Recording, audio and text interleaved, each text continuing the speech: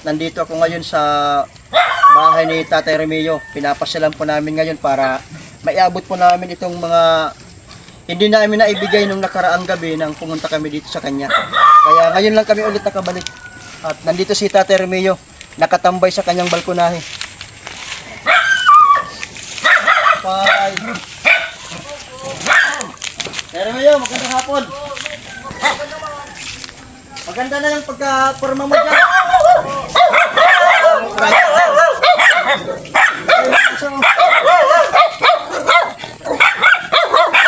Aso. Ha?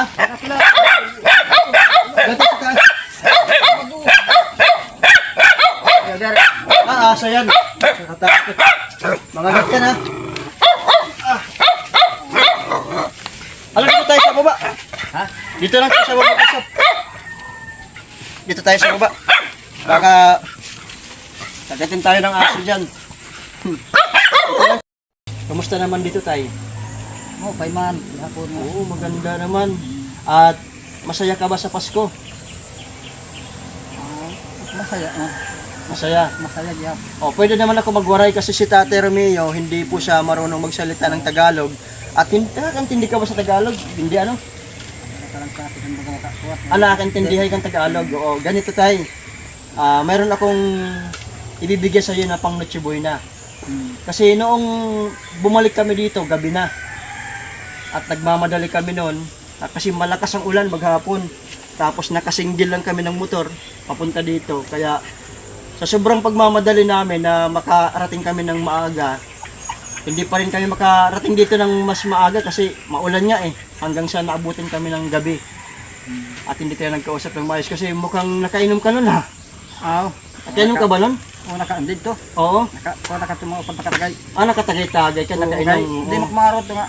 Masugod to man. Pagkatapos mo sa trabaho, niyaya ka ng kunting inuman. Bumalik ka niyan ni. Okay.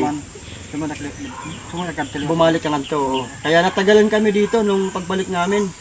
At kaya ako bumisita dito para tingnan ko yung ano mo dito, kalagayan ngayon. So masaya ka ba ngayon na mayroon ka ng bahay na maayos? Masaya. Masaya. So lahat ba ng aso, saan nakahiga yung mga aso? Saan? Dito. So dyan na. Ay Remeo, meron akong bibigay sa'yo na pang Noche Buena ito. Actually tayo, oo. Itong pinamili ko, ito yung sukli sa ipinaabot ng sponsor. Kasi nung nagpunta ko dito, yun nga sabi ko, nakainom ka. Hindi ko na binigay ang sukli sa'yo kasi baka pag binigay ko sa'yo ang sukli, bumalik ka pa doon. Mag-inuman pa kayo. Diba? Kasi ang gusto kasi ni ma'am, iwasan mo na kasi mag-inom-inom. Kasi number one, matanda ka na. At mag-isa ka lang, wala kang kasama dito. Paano na yun kung magkasakit ka? Namatiring niya nga. Hindi na baga magsukan. Yun. Kung pwede lang tay, iwasan mo na yung mag-inom-inom. Pwede naman siguro pwede ka naman siguro mag-inom yung mild lang. Pampaano lang sa katawan. Pero wag yung masyadong iinom kayong malalasing ka. Idaran na. Idaran ka na, matanda na. Tapos kailangan mo alagaan ng sarili mo. At wag ka lang mag-UC. Wag ka lang magsigarilyo kasi tay, yung ginagamit mo pambili ng sigarilyo, mas maganda ipunin mo na lang para meron kang pera na nakatabi. Kasi alam mo, hindi naman habang buhay malakas tayo eh. 'Di ba? Paano kung magkasakit ka? Malayo ka, nandito ka sa gitna ng kagubatan. Sino yung lalapit sa iyo? Wala. Malalaman na lang dito, wala na, nangangamoy na. 'Di ba? Makuan na. Kaya ingatan mo 'yung sarili mo. Kasi yun po yung hangarin po namin. At ang gusto rin po ni ma'am na maging maayos ang buhay mo, wala kang bisyo, at iwasan mo talaga yung paninigarilyo. Kasi yun ang pinaka-importante. Pero yung pag-inom, pwede naman siguro, lang, paminsan-minsan. At mabubulatok kita yun. Tama, Busi pa ni mabubulatok. At yung sukli mo pala tay, hindi ko na ibigay sa iyo nang pumunta kami dito ha. Kasi sabi nga nakainom ka. Hindi na namin binigay ang sukli kay Tatay Remeo dahil nakainom po siya ma'am.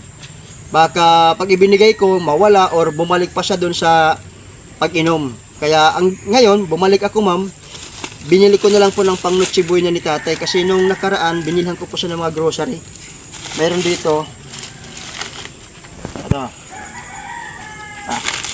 ito sa para to kay tatay Renato.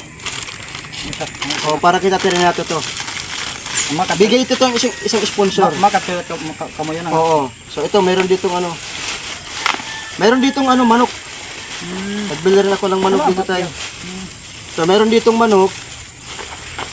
Meron yung mga puto dito, oh, pang anong mamaya. Ito may manok dito. Adobohin mo na lang yan. Chicken adobo. Marunong ka magluto ng chicken adobo. Oh, kasi mag-isa ka lang naman dito, binili ko na itong ano, ulam mo. Yan. At meron dito ano, sliced bread. Para kahit papano, meron kang makakain. Ito. Oh, salamat. O yung spaghetti mo, marunong ka magluto. Bore pa kito. Nasa naman yung mga grocery mo. Oo. At tinago mo lang sa loob yung grocery mo. At meron pa akong ibibigay kay Tate Romeo. Natatawa po ako Tate Romeo kasi nga hindi namin kasi akalain kahapon, meron kaming tinulungan na mag-asawa na bulag. At nag-grocery kami, namili kami sa grocery. Mayroong tao na tumatawag sa amin, hinahabol kami. Kaya nagulat kami ni Jonah. Sabi ko, anong sadya ng isang boy? Yun pala, mayroon pala kaming binili sa kanila na dog food na 10 kilos. Hindi po namin alam. Kaya wala na po sa isipan po namin na meron pala kaming binili para sa aso, yung dog food, na nire-request po ni ma'am. Kaya, ano nga, natawa kami kahapon eh. Mabuti na lang yung boy na nagsabi sa amin na meron kaming binili na dog food. Ito po yung dog food. Ito po ma'am, yung binili po namin na 10 kilos na dog food. So, dito na po. Ito po siya ma'am. 10 kilos po ito ma'am. Para pagkain sa aso. Itong dog foods na to, nabili namin ni Jonas nung namili po kami ng gamit mo. Kaya nga, hindi namin talaga naalala kasi nagmamadali kami. Malakas ang ulan tapos hinahabol namin na makapunta dito ng maaga. Pero naabutan pa rin kami ng gabi. Pero ito, nabili na pala namin. Hindi namin... Naiwan lang. Oo, naiwan eh. Kaya kahapon, namili kami para sa matanda doon sa mag-asawang bulag. Tapos tinawag kami ng boy na, Sir, yung binili nyo, mga 7 days na yata. Ilang days na ba yun? Kailan ba tayo nagpunta dito ng gabi? 5 days siguro. Mga 5 days na, no? Pabuti na lang hindi nila bininta. Nakatali pa rin ng ganito. At ngayon, ito na yung pagkain mo sa aso. Pagkain sa aso, ha? Baka kainin mo ito dito. Eh, Hindi, lagyan mo. ito siya. Kumaon ni. O, pagkain to sa aso. Dito. O, ito. Ito mo na. Pagkain to ng aso. Yan, masarap yan, oh. Maninibago lang sila yan. Inibago yan. Pero kakain din yan. Kaya, Kumain no? kumain na. Ayun. Para tumaba naman. Kaya sige tayo ha. Ayun, ito lang muna yung maano ko sa'yo, maibibigay. Ma'am Mirna, ito na po yung sukli na hindi ko ibinigay sa kanya noong nagpunta kami dito. Ibinili ko na lang ng manok. At mayroon ditong puto at saka pwede niya pang Noche Buena. Mamayang gabi, magluto siya. At ito na po yung yung tawag dito, dog food na 10 kilos. Hindi lang po namin nadala ng pagpunta namin kasi nabayaran na pala namin ito, pero nawala po sa isipan namin na meron kaming biniling dog food. Kaya nagtaka kami nung gabi, pag uwi namin, sabi ni Jonas, nakalimutan namin bumili ng dog food. Yung pala, meron kaming binili, pero iniwan lang namin, as in, wala lang.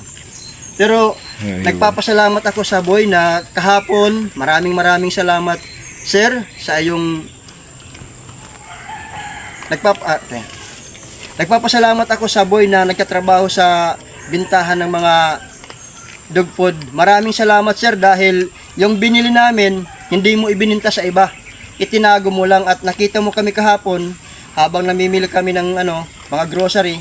Nilapitan mo kami at ibinigay mo to sa amin. Kaya maraming salamat sa kabutihan mo dahil natulungan mo rin kami na kahit nakalimutan namin nung binili namin, at least nandito pa rin, naihatid namin dito kay Tatay Romeo. At Merry Christmas. Merry Christmas. Oo.